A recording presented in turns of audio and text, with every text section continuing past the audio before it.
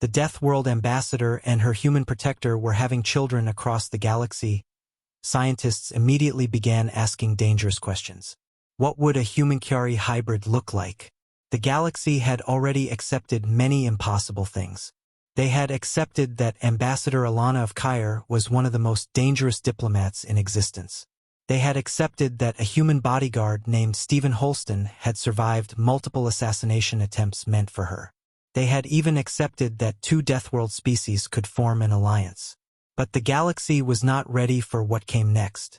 Because 2 years after the alliance began, the Deathworld Ambassador married her human bodyguard. The wedding that made empires nervous, the wedding took place on Earth, not on the Council Station, not on Kyari, but on the human homeworld. Stephen had insisted. Alana had agreed, partly because she respected human tradition, and partly because she had learned something important about Earth. No one intimidated humans on their own planet. The ceremony took place on a high cliff overlooking a massive ocean. Storm clouds rolled across the horizon. Waves crashed violently against the black rocks below. It was chaotic, wild, dangerous, and somehow perfect. Hundreds of diplomats attended, many of them nervous, because standing at the center of the ceremony were two apex predators from two different death worlds. Alana looked exactly as she always did, tall, elegant. Her obsidian skin shining beneath the sunlight, her golden predator eyes calm and confident. Beside her stood Stephen Holston, wearing a simple human suit, standing with a calm posture, completely relaxed despite the fact that half the galaxy was watching. A human officiant spoke the final words. Do you choose to stand beside each other, not as ambassador and bodyguard, but as partners? Stephen answered first. Yeah. Alana tilted her head slightly. You could sound more formal. He shrugged. You know what I mean. The guests laughed nervously. Then Alana answered. Yes. The moment their hands joined, something strange happened across the diplomatic networks of the galaxy. Several empires updated their threat assessments simultaneously, because now the situation had officially changed. This was no longer a political alliance. It was a family, life after the war years passed. For the first time in decades, Ambassador Alana's diplomatic missions became quieter. Not peaceful, but quieter. Many empires had learned a simple lesson. Threatening the Kyari ambassador meant dealing with humans. And threatening humans meant dealing with the Kyari. But the biggest change wasn't political. It was personal. One evening, inside their private residence on Earth, Stephen walked into the living room. Alana stood by the window watching a thunderstorm. Lightning illuminated the sky. You're smiling, Stephen said. She didn't turn around. You noticed. You usually only smile when someone makes a mistake. That is also true. He leaned beside her. So, what's the good news? Alana hesitated for a rare moment. The fearless Deathworld ambassador looked uncertain. Then she said something unexpected. We are going to have children. Stephen blinked. Wait. I heard correctly? Children? Yes. He stared at her. You're serious? Alana's golden eyes softened slightly. Yes. Stephen slowly sat down. Wow. Alana tilted her head. That reaction seems unusually calm. Stephen laughed. I've fought assassins, alien fleets, and political conspiracies. 2 kids don't scare me. She raised an eyebrow. They should. The galaxy watches again. The news spread quickly. The Deathworld ambassador and her human protector were having children. Across the galaxy, scientists immediately began asking dangerous questions. What would a human-Kyari hybrid look like? Would they inherit human endurance? Kyari predator instincts? Both? Some empires quietly updated their long-term threat projections again because, if those children survived, they could become something entirely new, something the galaxy had never seen before. The twins, several years later, the Council Station hosted an unusual diplomatic visit. Ambassador Alana had returned, but this time she wasn't alone. Stephen walked beside her through the station corridor, and between them walked 2 small figures, a boy and a girl.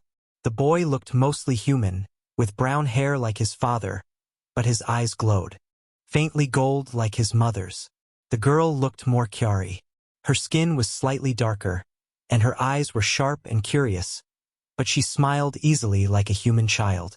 Delegates across the corridor froze when they saw them. Alana noticed. "They're staring." Stephen shrugged. "Kids do that to people. Not usually diplomats." The girl looked up at Alana. "Mother." "Yes. Why is everyone afraid?" Stephen chuckled quietly. "Good question." Alana knelt beside her daughter. "They are not afraid. They are cautious." The boy looked around curiously. "Why?" Stephen answered. "Because your mom is famous. And you're not." Stephen smiled. "Not as much." The girl looked thoughtful. Then she asked the question that would later appear in dozens of diplomatic reports. "Are we dangerous?" Stephen and Alana exchanged a glance. Then Stephen answered, "Only if someone hurts the people you care about." The girl nodded seriously. "That seems fair." The incident, the moment that truly terrified the galaxy, happened a few minutes later. A large alien diplomat accidentally stepped into the corridor. He was enormous, nearly 3 meters tall.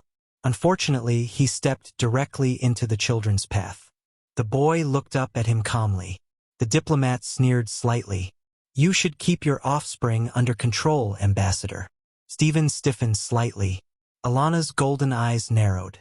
But before either parent could speak, the boy answered. "Why?" The diplomat laughed. "Because I am larger than you." The boy tilted his head. Then he said something very human. "That's not usually how it works." The diplomat reached forward as if to shove him aside. Stephen moved instantly, but then stopped.